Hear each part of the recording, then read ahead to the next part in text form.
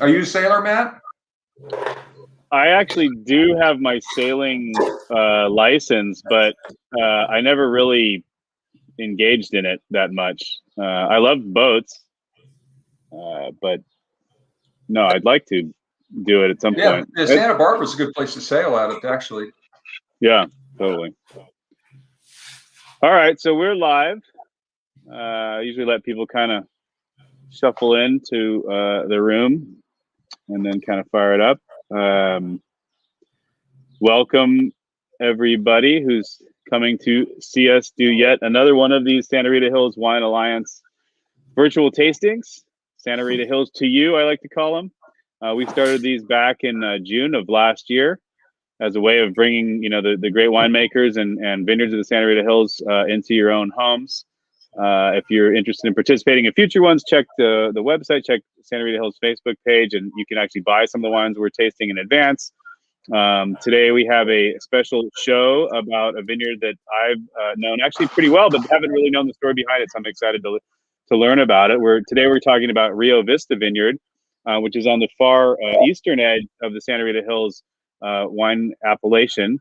And our guests are Annie Hewitt, who's from the Thorne family, which has actually owned the property for quite a number of years, going way back before wine days. So Annie's going to tell us a lot about her family history. And they're also excited to showcase their new brand of wines. I think they made Thorne wine in the past, and it kind of went dormant for a little while, and now Thorne wine is back. So we're going to learn a lot about that. And then to help us better understand everything that's going on with the vineyard and the history of the vineyard and the wines that come out of there, we are lucky to have Norm Yost from Flying Goat Cellars with us. And he's brought us some bubbles to try, which is what we're starting on right now. And we'll also try his Rio Vista Pinot from 2016, the Dijon clone. So that'll be fun too. From Thorne, we're trying that Pinot I just showed, and we're also trying their new rosé as well. So I think they also just bottled their 2020, so they got a couple rosés coming at us pretty quick here. And just for kicks, way back when, I guess this was 2013, so we probably bought the barrel in 2014. A couple friends and I bought a barrel of Norm's Rio Vista wine, and we labeled it, this is a non-commercial label, but Chateau de Botch. And that was the house I lived in downtown Santa Barbara for a number of years.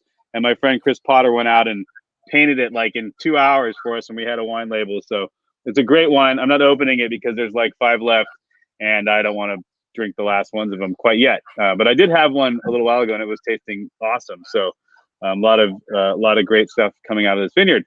So Annie, while we sip on Norm's wine, and we'll cut to Norm in a second to talk about the wine, but while we're sipping on Norm's wine, why don't you tell us a little bit about your family, when they came to the area, what they did before wine, and then how they got settled into wine.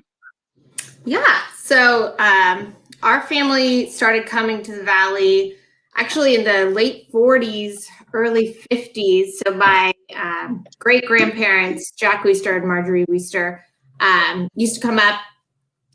He was part of the Ranchero, so they would come up and they would stay at the Alisal and do their rides.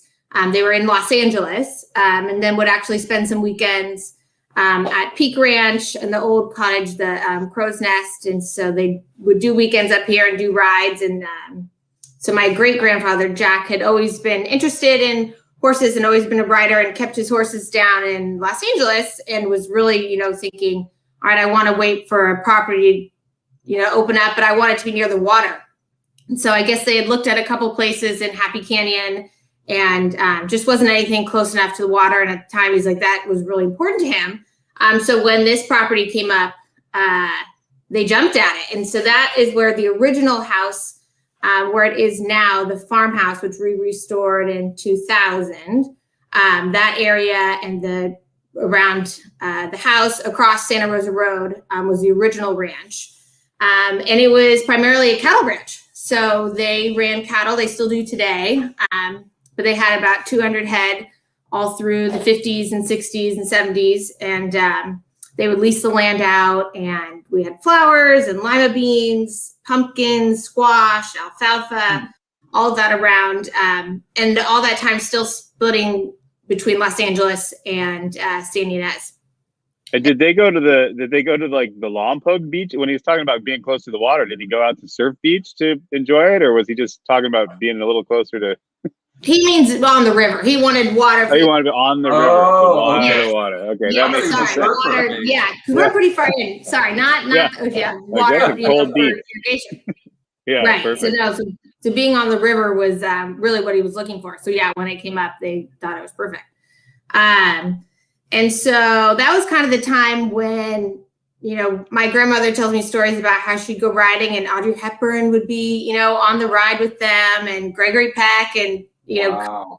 some of these stories that she would tell. And so she was married then also in that area to my grandfather. They got married at Palacio del Rio in 58. And from there, we're selling down in Palos Verdes, but would still split time up in the valley. And really, they just would spend time riding. I mean, it was just cattle and ranch. So fast forward to 98 was when my great grandmother passed away. And so the ranch was then, they were discussing, what are they going to do with it? Are we going to continue the cattle company? Do we want to continue these leases?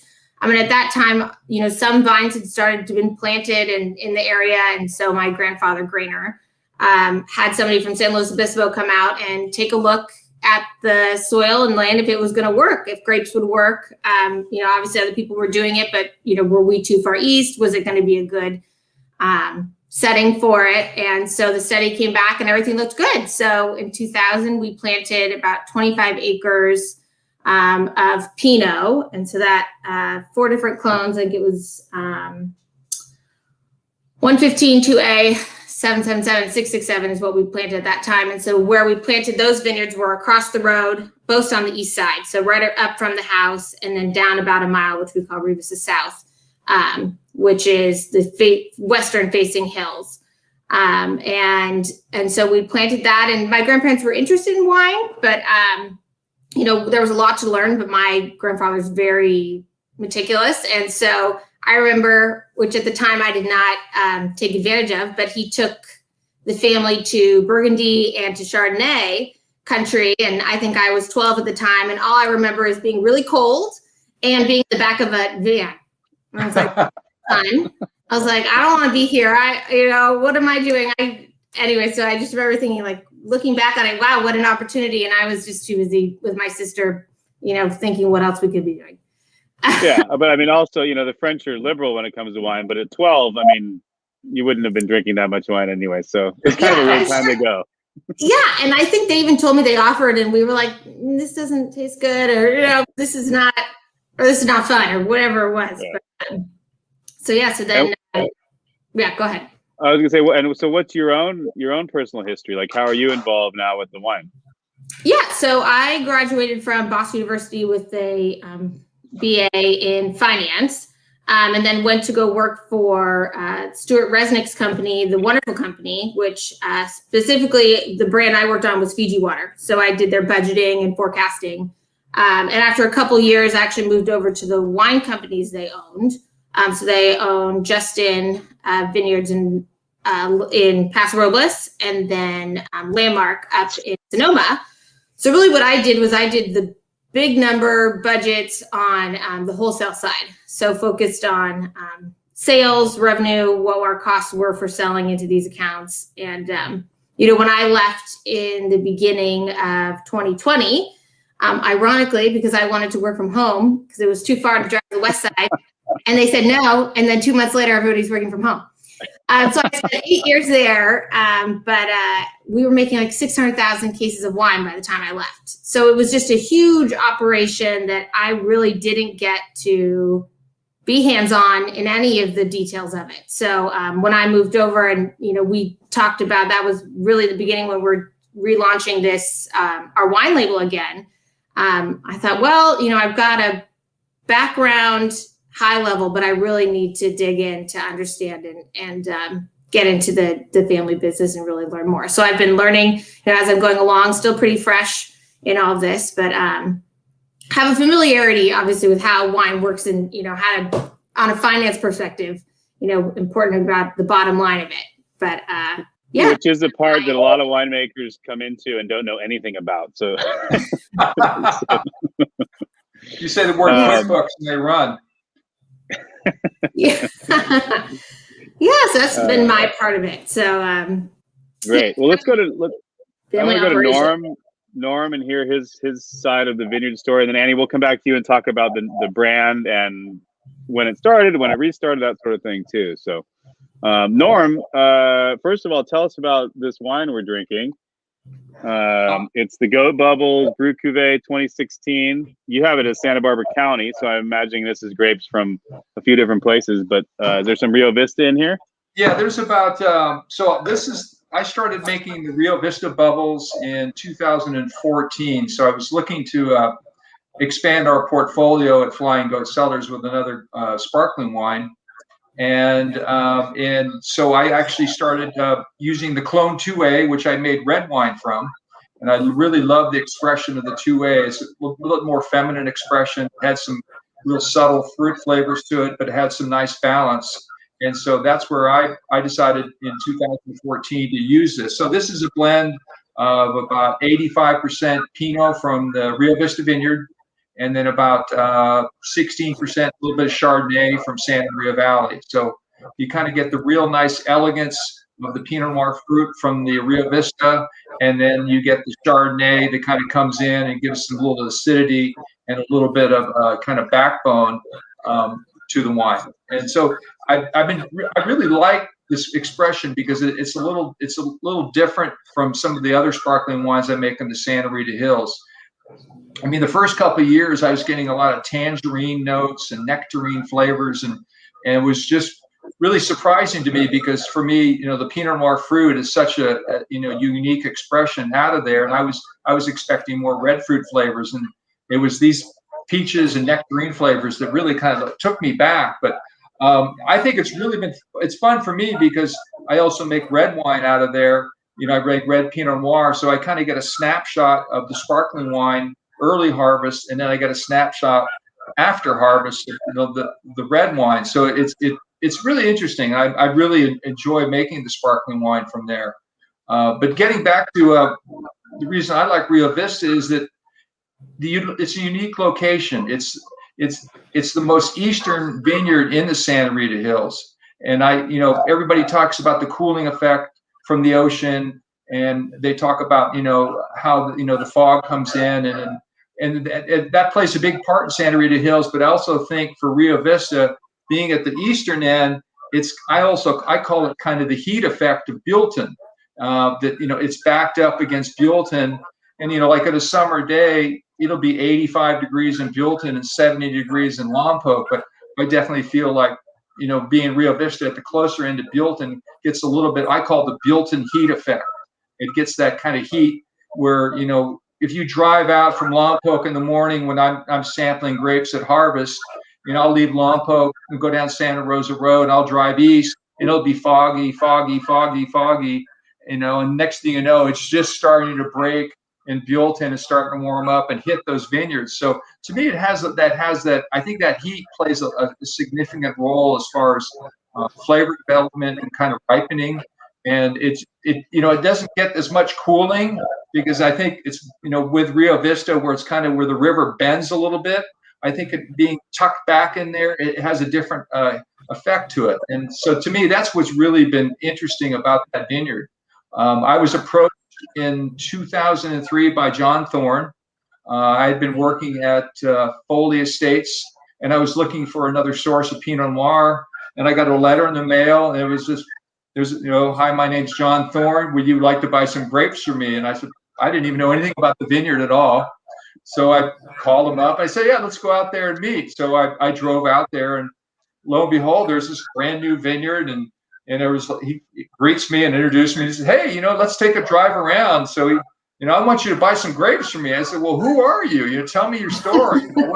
What's going on here? What's this vineyard all about? I don't know anything about it. And he says, well, you go up here, Brewer Clifton's buying some grapes. I said, okay, they know what they're doing. And he says, I think Ken Brown's over here. And he said, Hitching Post's over here. I said, okay. all right, you're in good company. I'm feeling pretty comfortable. And so in 2003, I jumped on board, and that was my first vintage from Rio Vista, and it's been fun to watch it evolve over the years. And you did that for Foley or for Flying Goat? For Flying Goat. And what was your first vintage of Flying Goat to begin with? 2000. Okay, so you were a few years in, but you were still really on the early side of your own brand. So it's really kind of woven into the Flying Goat brand. Correct. Essentially. What did you just made a straight up Rio Vista Vineyard Pinot that first year? The first year I only got clones 667 and 777. So I just made a blend, and that was in 03. And then in 04, I was able to pick up the clone 2A and the 115, and then I started expanding and making other wines. So currently I make the clone 2A, which is a single clone blend, which is the Swiss clone, which to me is more the feminine expression of that site. And then I make the Dijon blend, which we'll try later on, which is a blend of all the 3 French clones. And then in 2014, I started making a little bit of sparkling wine with 2A. And so that's been kind of where, I've been playing around with that. And the sparkling wine has just been interesting just because also this is very dry too. I think this is like 0.2 residual, which makes it really fun to me. I'm big on keeping the wines or sparkling wines dry. Right. And what's the quick, for the people or viewers who don't know it, the quick Flying Goat story? I mean, you were one of the first guys to be doing sparkling wine in all of Santa Barbara County. So give us the quick spiel on that. Well, I actually made sparkling wine in Oregon and in Northern California, and having that experience, being down here, making red Pinot Noir for Flying Goat was exciting. But there's that movie called Sideways that came out, and everybody jumped on that and got the buzz going. And once the dust settled, I realized that what else can set our business apart from the competition. And I kind of thought, well, nobody's making sparkling wine. And so in 05, I thought, you know what? I'm going to go out and make sparkling wine. I made it before in Northern California, so I felt really comfortable about it. And so in 2005, I sourced, some Pinot Noir out of Santa Maria Valley, and that was of the beginning. That was our first rosé, and that was to do that by hand. I got a Home Depot and cobbled together all these bit parts to help disgorge, and the bottling. I had to borrow equipment, and nobody had a corker, and I had to borrow a corker for doing the corking. And then the wire hooding, I had this piece of machinery, and I hired Norm Huber to help me out with that. And it was a disaster. The first vintage of sparkling wine, we disgorged 10 cases in like 8 hours. It was one of the longest and most disastrous days. But you made a lot of return on that investment. Yeah. But it has turned out for you quite well. I mean, Flying Goat makes a lot of sparkling now, and people like it. Yeah, and I think it's fun for me because to me, you got to put a second hat on. You have to kind of take off your still wine hat and kind of think about, because with sparkling wine, you're doing this second fermentation, and how's that wine going to evolve with that second fermentation? You're picking the grapes at a lower sugar. You're making a base wine, and then you re-ferment that base wine, and then you have to disgorge it. And so to me, it's there's a 2-step process, and I think you have to think further down the road with sparkling wines. And to me, that's exciting. It's kind of revived a lot of interest for me in how to make a better sparkling wine and how to improve what we're doing. And with these grapes in Santa Barbara County, I'm finding that sparkling wine is got a special niche here. Right. Great. Well, let's move back to Annie and try some of this Thorne Rosé, which is the 2019 Rio Vista Vineyard, obviously. Yeah. Annie, tell us a little bit about. I mean, I remember Thorne being a brand, I don't know, 8-10 years ago, and then kind of went away. So, what was the ups and downs of that, and when did you start the current iteration? Yeah. So we made our first Pinot under Thorne Wine in 2005 under our label, a real production of it anyways. And so we did that from 2005, 2012, did around 300. I think our max was 800 cases in our biggest vintage. And really what ended up happening is, we were selling the majority of our grapes. And so what we do, we'd take, 10% off the end of a row or, some of that. And then it ended up being that we were kind of oversubscribed.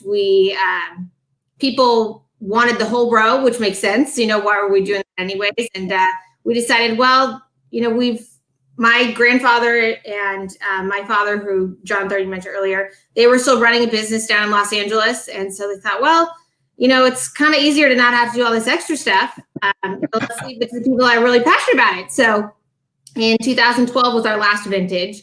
And then we just sold everything. And so really what happened in 2019, we ended up having some excess fruit and we thought, all right, I guess we're getting back into it.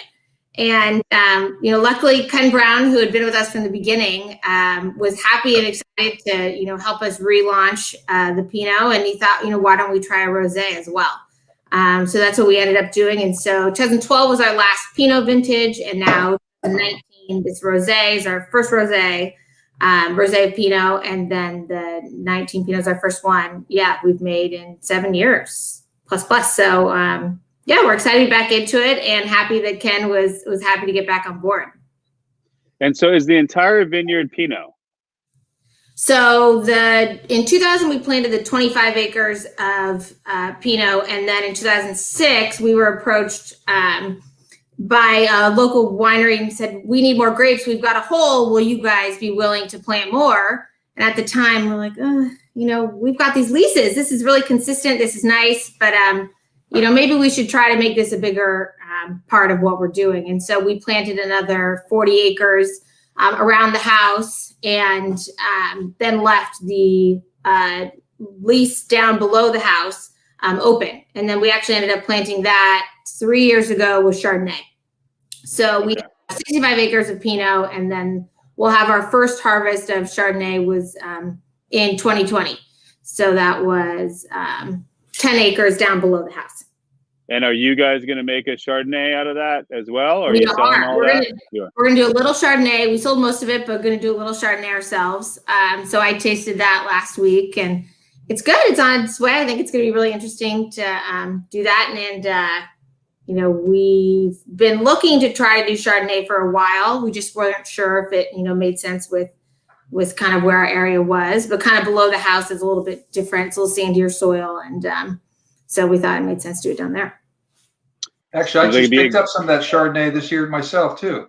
2020, picked up a couple tons from down there. It's really good. I like it a lot. We're actually for bubbles or for still? For bubbles. We're going to use it in the bubbles. Actually, we haven't decided where we're going to slot it.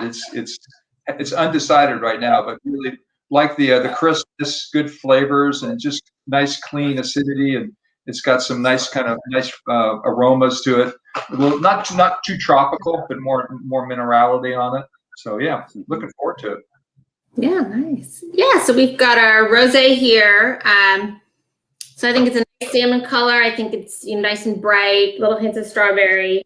Yeah, it's quite good. Has that texture that you want in a rosé, that I want in a rosé at least. Yeah, and like you mentioned earlier, we actually are bottling our 2020 today and tomorrow, our next rosé. So we've got a little bit left of the 2019, and then we'll have the 2020 coming out soon. And so, how are you selling the wine right now? Do you have a tasting room? Are you? So we actually don't have the rosé in the tasting room in Los Olivos, but we have just on our website currently right now is where you can get our rosé. And so you do have a tasting room though in Los Olivos. Sorry, not our personal. We have the Pinot in Taste of Santa Rita Hills. You can get Taste Santa Rita, okay. Yeah, and then we have a couple wine shops down here in Pasadena area where you can pick up Thorne wine. And is this a blend of all the? Oh, sorry, Matt. No, you go ahead, Norm. And is this a blend of all the blocks or any particular block? It's a blend of all the blocks. Mm-hmm. Which I'm going to get geeky here. So. Yeah, what did we do with the 19? We were, I think we were 9, 10, 12. 9, 10, 12. I think we're the three. So all across the road around the house then, right? Mm-hmm. And what is the plan with the brand? I mean, do you want to? I ask this question a lot, and then 3 years later, I'll ask it again, and it's completely different, a different winery. But do you guys want to make clonal focus, block focus, or you just want to do a Pinot and a Rosé and a Chard? I mean, what are you thinking? Yeah, I think that's where we are right now. I think especially because we kind of had to quickly make a decision last year on starting this again. I think right now it will be a blend. And then, when we get a little more focused in the next couple of years and see, like Norm, we've had people that have been getting grapes from our vineyards for a long time. And so they're really our priority. We still obviously want to make great wine, and the best that we, have, we're going to make the wine with. But right now, I think it's going to continue to be a blend. Great. And was Ken your original winemaker too? We had someone in the very beginning. Michael Roth was his name. And I can't exactly remember where he was at the time. But he was at the beginning. Then since we've done a full crop, it's been Ken. Great. And so you make it at Ken's place then? Yes. Oh, great. And how does making, a few hundred cases of wine compared to handling finances on 600,000 cases of wine? I know. Well, you know what? You can see every number and every bill at this business, where before I think you could kind of wave around a couple zeros and you were fine. So no, it's definitely been great. And I was saying, I just wish in my time I'd been at the wonderful company. I wish I would have dabbled in operations and been on the even on the direct to consumer side. I didn't even touch that because it was just so big and everybody had their own team. And I just thought, gosh, that would have been really nice to get that experience. But now I'm getting it all at the same time. So it's really been, I feel, yes, I have a wine background, but I'm definitely, learning all of the details more than what I had before, which has been nice. And are you interested in winemaking itself? Like, do you have any aspirations of doing that yourself? Not at this point. Yeah. Especially because we're down here. We're not splitting time like my parents and my grandparents do, which they really do. They do 2 weeks up, 2 weeks down. And my grandparents still do that, which, is pretty amazing. But I think, later on when we don't have to be so stuck to Los Angeles, that'd be amazing. But right now, we're raising a family down here, so kind of busy doing that. But all of my extra time is learning more about this. And I'm still going up to the Valley 2 or 3 times a month and spending time up there and getting to know the vineyards really more. Even though I remember it was 11 and 12 when they were planted, and we were part of the group. We thought, okay, we'll save money if we used grow tubes. And so my grandpa was like, all right, I've got 5 grandchildren. We're going to untangle all of them and we're going to put them on. And so we would get 5 cents for a row. And at the time we were like, this is great. But then we got out there and we're like, wait a minute. Like there's hundreds of vines. Like, this is not worth it at all. But we were can't even buy bubble gum for 5 cents. Yeah, I know. I don't know. We said yes. And then there we go. So we had a summer project because we spent, most of our summers up there. So that was doing the grow tubes. And then when they were done, you can't really reuse them after they're done. So then we thought, okay, we'll try to sell them on eBay. That was our big deal. He said, you can keep all of the grow tubes. If you guys can sell them, go for it. And so we tried to. It didn't work. No one bought them. I think they're still down. They're still bound by the tractor shed. That sounds like Grainer. I can totally see Grainer doing that. I don't know. That's a total Grainer idea. Yeah. Hey, but they covered your room and board, right? So I mean, that's exactly. We got breakfast, lunch, and dinner. Exactly. Yeah. Maybe. Great. Well, let's move on. This rosé is delicious. Let's move on to the Pinot Noir, the new Thorne Pinot. And so 580 cases, I mean, that's a substantial amount of wine. I mean, it's obviously not 600,000 cases, but it's not 25 either, right? I mean, you are having to sell this wine.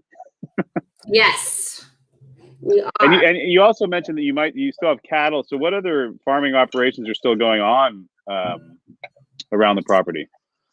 Yeah, so now it's we've planted the Chardonnay down below. We were still having pumpkins and squash up until 5 years ago, was down below, and now it's the cattle company is still running on the rest of the land, and then the grapes. So those are the two things we have going on now. Okay. And your family still runs the cattle? Yep. So that's my dad, and so he'll be up down in Los Angeles during the week, and actually since COVID, he's moved everything up to the valley. So he's been up there almost full time. So he's been really happy about that. But I think we have like 40 head right now, so it's still pretty manageable.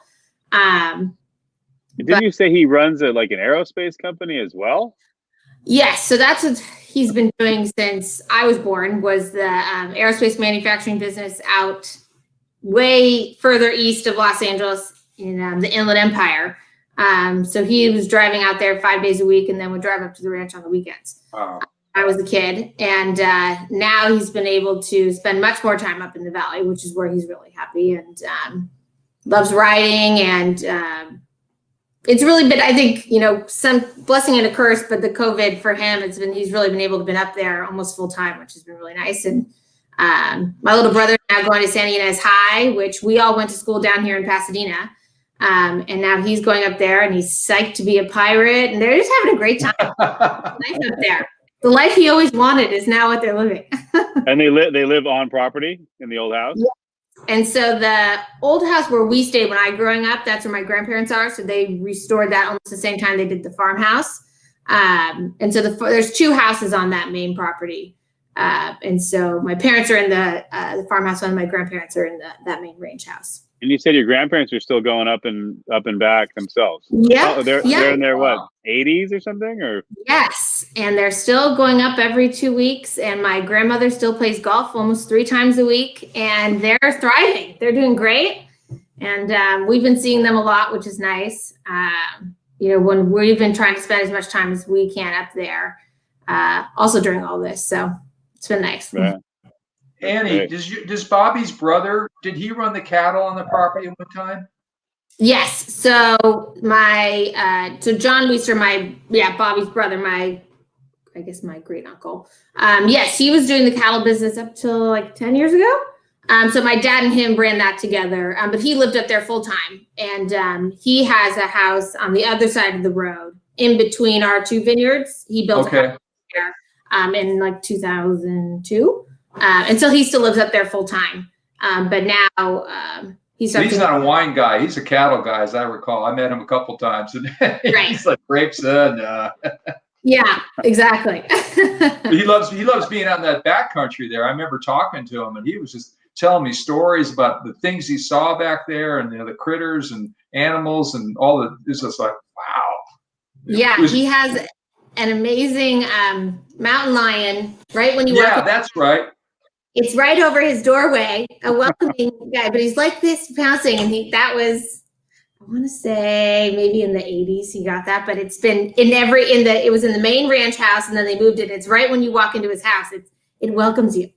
But yeah, he got that right above above where his house is now is where that mountain lion was. But yeah, no, it's amazing the stories that they have growing up. I think so. My Uncle John and my grandmother Bobby and my father, for like a whole 4 days, held the world record for team penning.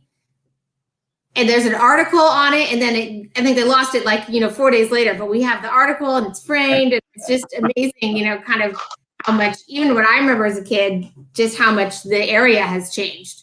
I just don't, now there's a Starbucks and a Five Guys. There's all this stuff that when I was looking like that. So based on the area's changed. And has your family gotten to, you mentioned in the beginning that they weren't all that interested in wine, other than it being Oh, hey, man. We lost the host. Oh, well. Oh, boy. Well, tell us about was your family interested in wine before? Oh, there you go. Oh, he's back. We're gonna hijack the show, Matt, but we tried. Yeah, that's fine. So Norm just asked what I asked. So has your family gotten more interested in wine? Yes. And And I would say, Norm, you can probably test this with my grandfather, is that during harvest, from the first year that we started, he will walk the rows every day when they pick, and he will count, and he will do the weighing himself. So he'll make sure whatever they say is getting weighed, he'll do it himself. So he has his own little notebook, and he'll go down and write down the vines, write down the tons, all of that, and then he'll check it. So he would do that every single day of harvest, every single year. He would go out and check the grapes. And so he just dove full in and really, he was saying, if I'm going to invest my money in this, I want to make sure I understand, what's the best way to go about it. And we hired a great wine management team, Bonaterra, with John Belfi. And, they're amazing and allows us to be able to still split time between LA and up there. And so I'd say, yeah, he really made sure he dived in and was making sense of the investment he was putting into. Did your grandfather ever show you the matrix? He made a matrix of every vineyard, and every X on it was the vine itself.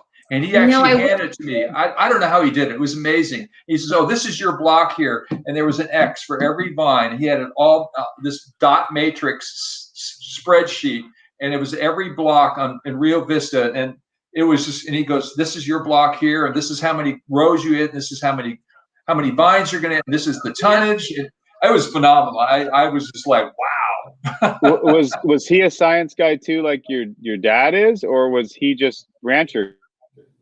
No, he was no, he was business, and I think he's just attention to detail. And that spreadsheet, Norm, when they sent it to me last year, my grandfather's like, "Okay." Well, he still has the spreadsheet? Oh, we still have it. Oh, yeah. So my job was to update the spreadsheet this last year, and I thought, gosh, there has to be a better way, but this is pretty amazing. And so how did he do it? I'm still to this day, I'm blown away by how he set it up. Certainly it is time consuming in the sense that there's no, Excel these days, everything can be a formula and all of that, but no, this is all hand done. But in Excel, yeah, you can update it and do all that, but it is spectacular. The work that he had to put in to create it, it has the curve. Yeah, I know. And yeah. So no, I updated that last year, and I thought, wow, I'm glad I didn't have to create it. I only had to update it. You had to put your website or something. That thing's a piece of art. It really is.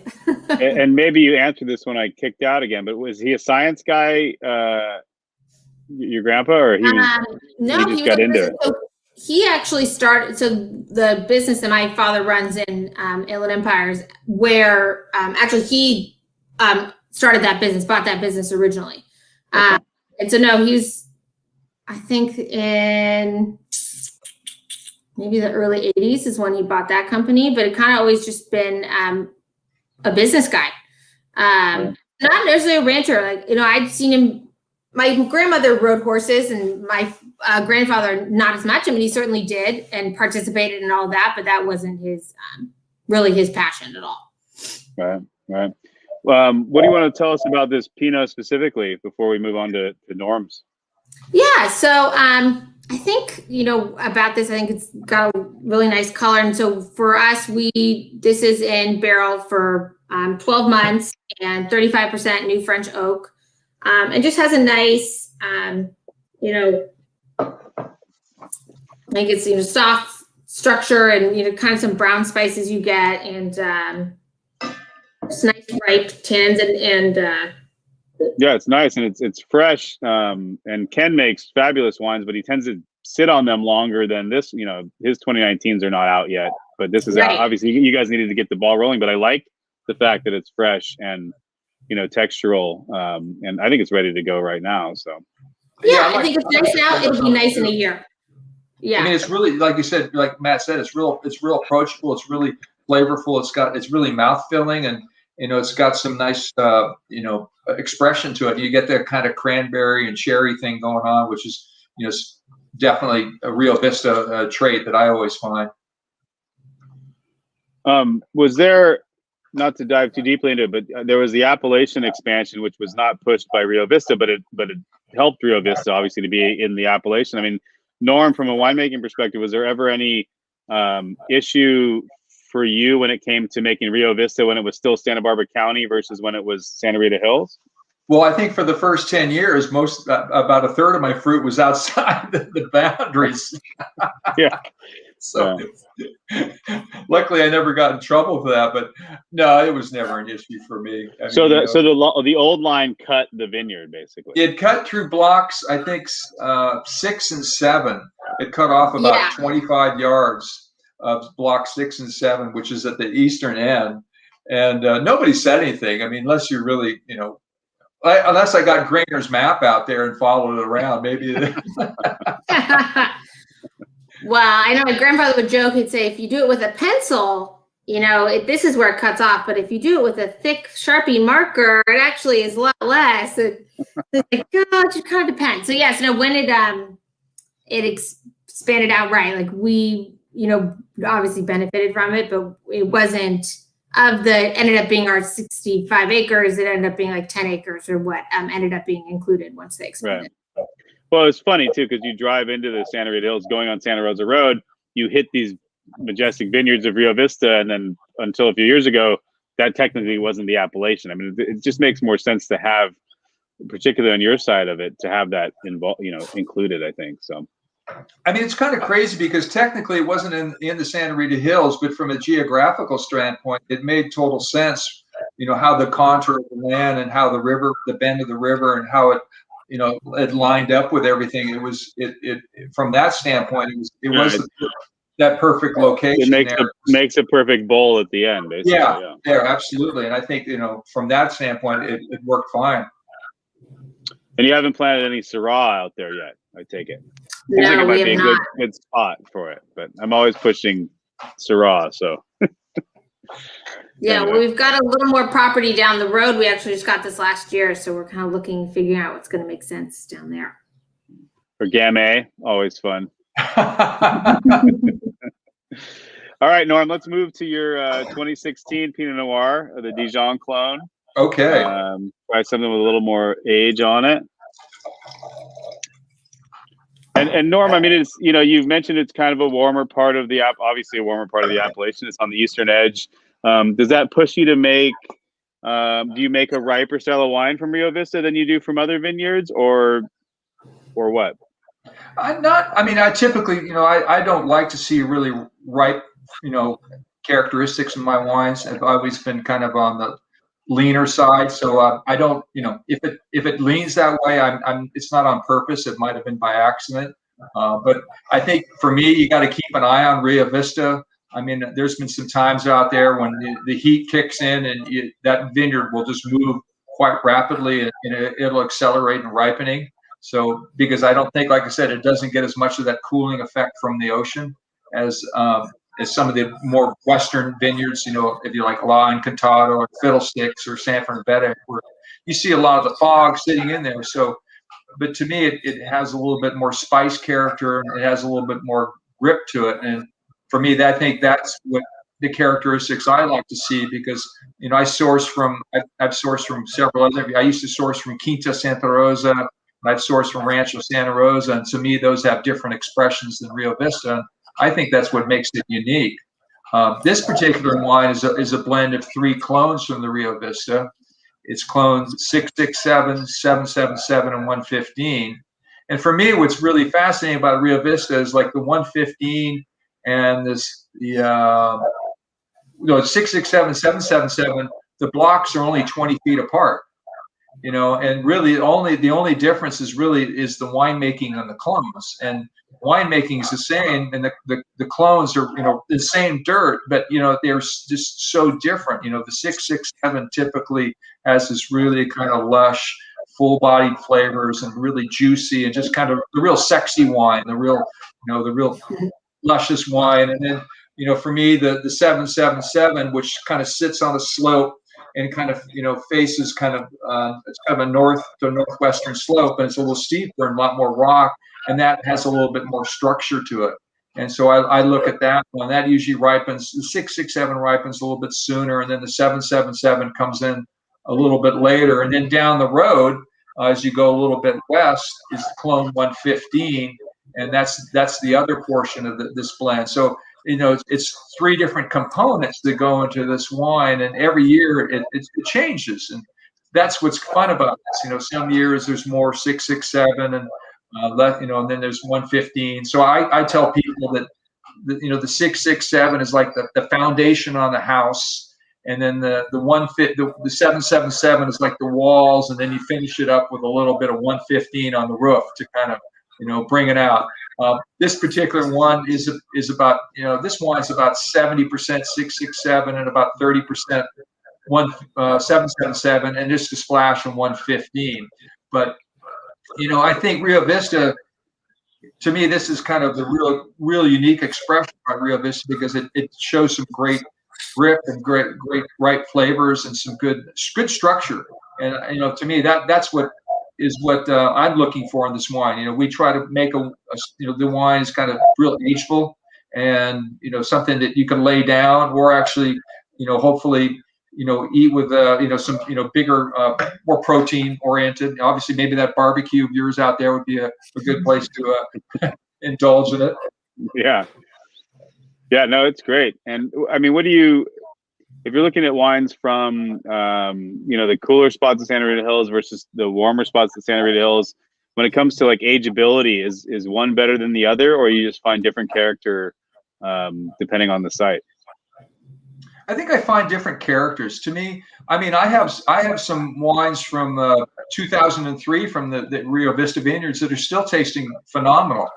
And I was expecting, being at such a hot site, I was expecting the wines to kind of fade away and just kind of the fruit drop off. But I'm finding that some of the Rio Vista wines are actually aging great. And I think there's enough structure in there, and there's enough spice character that kind of helps hold the wines with some time. I have a few wines from the western end of the Santa Rita Hills, but I don't have anything really that old, so it's kind of hard for me to make a real strong comparison. But I think that there's something about that heat back there that kind of it builds up the spiciness and the kind of the darker fruit flavors that kind of seem to help age the wine. Right. So Anna, your family's been dealing with Norm for a long time now. He must be a good guy to work with, it seems like. Yeah, well, I know, but my grandparents have definitely, I think that's probably mostly who you dealt with, Norm. And then obviously a little bit with my dad in the beginning too, but no, I think they only have great things to say. And I think they've really enjoyed meeting all these winemakers and how our grapes have helped in their brands and doing these specific blocks. And it's fun to see our name on a label. I mean, I think that's something definitely our family, we'll buy up all the wine that we see with the Rio Vista Vineyard label. And it's just exciting for us to see, where our grapes are being made. So how many clients do you have, roughly, grape clients? I'd say the last couple of years, it's probably like around 10 to 12, and it'll go up and down from there. But a lot of people have been there from the beginning. Right. Yeah. Well, I have to say, Bobby, your grandmother, she's a pistol. I haven't seen her in a while. I don't know if you've ever met her, Matt. She is definitely, definitely. She's a wonderful woman. What a great grandmother. She must be a treat to hang around with and talk with. She's fantastic. And it's so hard to get all these amazing stories out of her because she's so humble. But I mean, the life she's lived is just amazing. Yeah. No, sounds like we should have a horse riding, Pinot drinking grandma storytelling party coming up here pretty soon. Definitely.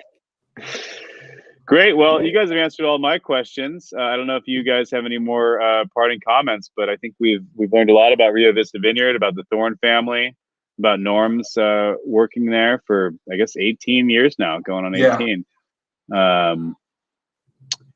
But I'd just like to share one thing that John Belfi has been farming that place since day one, and John's a character. He fits in perfectly with the and I can see him and Grit are going at it all the time. I'm never around for it, but I can see those two. They're like a couple goats butting heads.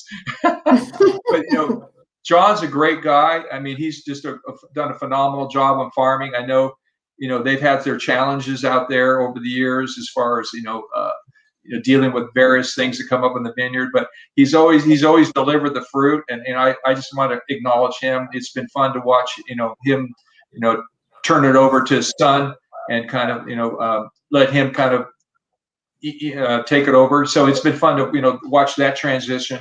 But I think John has just been a phenomenal job, and you couldn't get great grapes without someone obviously managing the vineyard. And I've had a few issues with John. We've had some rows, but we get over it and get on to the next harvest. We get through it, and we've had some battles. I think one of the biggest ones. I don't know, Andy, if you were there for the 2004 harvest, but the 2004 was probably the most stressful harvest I'd ever seen. There is everything was about 23 bricks right before Labor Day weekend, and Labor Day weekend hit. There was like 3 days row of 110 degrees, and everything went from 23 bricks to 27 bricks, and it was insanity. Everybody in Santa Barbara County wanted to pick, and there wasn't enough pickers, and there wasn't enough bins, and grapes jumped up to they just kept going, climbing sugar. And I remember poor John. He was pulling out what little hair he had at the time. Yeah, John's great. Did John actually plant the vineyard too, or he was just hired on part of the team? Yeah, he was part of it. Yeah. Mm-hmm. Great. Yeah, he does a great job. A bunch of different places. Yeah, no, and Ivan, his son, has been amazing with me. I mean, he walked me through all of it, and he's just, the passion that they have for it too is so nice. And I spent a couple nights. We did some night picking together with him. And anyways, they're really great, and we're lucky that they've been taking care of our vineyards this whole time. And I think they're in great shape, definitely because of them. Right. There's a question from someone watching that they say they're a big fan of Thorne Pinot, but they want the actual address. But I don't think you can actually visit the vineyard. It's not open to the public. But just generally speaking, the vineyard is, and correct me if I'm wrong, Annie, but when you're on Santa Rosa Road and it takes that big left turn and you see the RVV everywhere, that's Rio Vista Vineyard. So that would be it. Exactly. Yeah. Yes. So now you can't visit the site, but you can definitely drive by, and we have plenty of people that stop and take a look. So. And you said Taste of Santa Rita Hills has it. So that's in Lompoc, right? Or is that in Los Olivos? Now they have a place in Los Olivos. Okay, great. And Norm, where are you pouring your wines these days? We are still pouring in the wine ghetto. Currently, we're outside. We're not inside yet. Hopefully, we will. But we're in the wine ghetto there. We were open Thursday through Monday, 11 to 4. We pour a lineup of sparkling wines, typically 5 sparkling wines. And then we'll pour in a lineup of 4 Pinot Noirs and maybe a Pinot Gris or a Chardonnay. So we've been making do with this shutdown, but we've done the dance more than once. And actually, if you come to Ghetto, there's quite a few people that still have tasting rooms. And everybody's kind of moved outside. They've got these corrals built with barrels and barrel racks. And so it's actually been kind of interesting how people are gotten creative as far as moving their tasting room outside. It's interesting the things that people do, but it's been working. It's people are, had a lot of people come down during the wintertime. When there was winds were kicking up last week, people wanted to taste outside. It was 30-mile-an-hour winds. You sure you want to, do this? Oh yeah, give me some wine. I'm going to go just for it. Hold your glasses down. Hold those glasses down so they don't blow over. Well, it's things seem like they're getting better. I got my first COVID shot today. I know a lot of the wine industry has been vaccinated already, so seems like things are on the upswing, hopefully. So anyway, I want to thank you guys for joining us on this show. We have one more lined up next week. We have Matt Dees and Ruben Solorzano from the Hilt. We're talking about Rancho Salsipuedes and farming the other end of the Santa Rita Hills, the far western end of the Santa Rita Hills. So it's a nice counterpoint to today's discussion. And after that, we don't really have anything scheduled yet. So if you're a winemaker out there that wants to be on the show, contact the Santa Rita Hills Wine Alliance, and we can figure it out. But hopefully we'll just be back to hanging out and drinking and eating together in person, which would be, absolutely, I think, something we all are really interested in doing. Yes, definitely. So thank you, too, for sharing your lovely wines. I'm going to pour some more here. And cheers. Nice to meet you, Annie. Yes, nice to meet you, Yeah, nice to meet you, Annie. Nice to see you. Yes. Yeah, good seeing you All right. too.